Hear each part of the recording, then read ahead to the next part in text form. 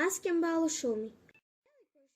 U velikoj šumskoj sali gdje se drže karnevali, muzike se širi val, priređen je maskenbal. Raskošno je opremljena, sala s mnogo odjeljenja, za gozbu i ples, krov od mladih šumskih smreka, prostirka od kukurijeka, tribina za džez, a svako odjeljenje 100 svitaca osvjetljenja. Čudesno blješte svjetiljke mali, dok jedne gasnu, druge se pali. Kao po taktu od sebe same, tako u gradu svijetle reklame. Jezero šumsko odrazim hvata, pa nam se čini sve od zlata.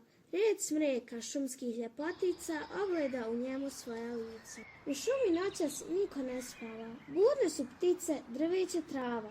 Glogavo grmlje za ovo sjelo obuklo svoje bijelo odijelo, a pokraj puta đuđice male, upravo što su procvjetale. Stanovništvo šumsko zna se da privuče pažnju nase i interes da probudi, obuklo se kao ljudi. Po starinskim zakonima svak na licu masku ima.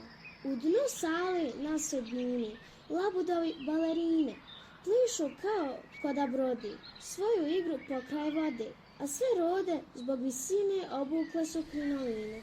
Najljepša je od svih lica crna kao snjegudica. Prati je kroz šumsku baštu jelen u svom dugom plaštu. Zamišljena ona dama što u uglu sjedi sama, što se ukrzno svija, to je vjerovatno Lija. Posmatra se puno svijete balerine kako lete. Ono tamo kraj pereca, bez sumnje stari meca, taj ne može da se skrije, apetit ga svud otkrije.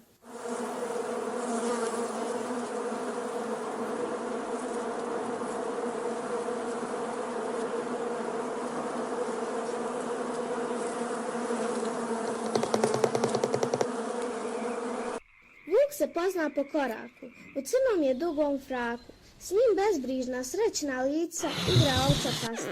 Sanja Vuk u svojoj mašti, da je s ovcom sam u bašti, ali se prije nekad zasvira šumski marš u slavu mira. Tako svakog novog maja sa ljubavlju s puno sjaja, životinje prave pir, međusobni slaveć mir.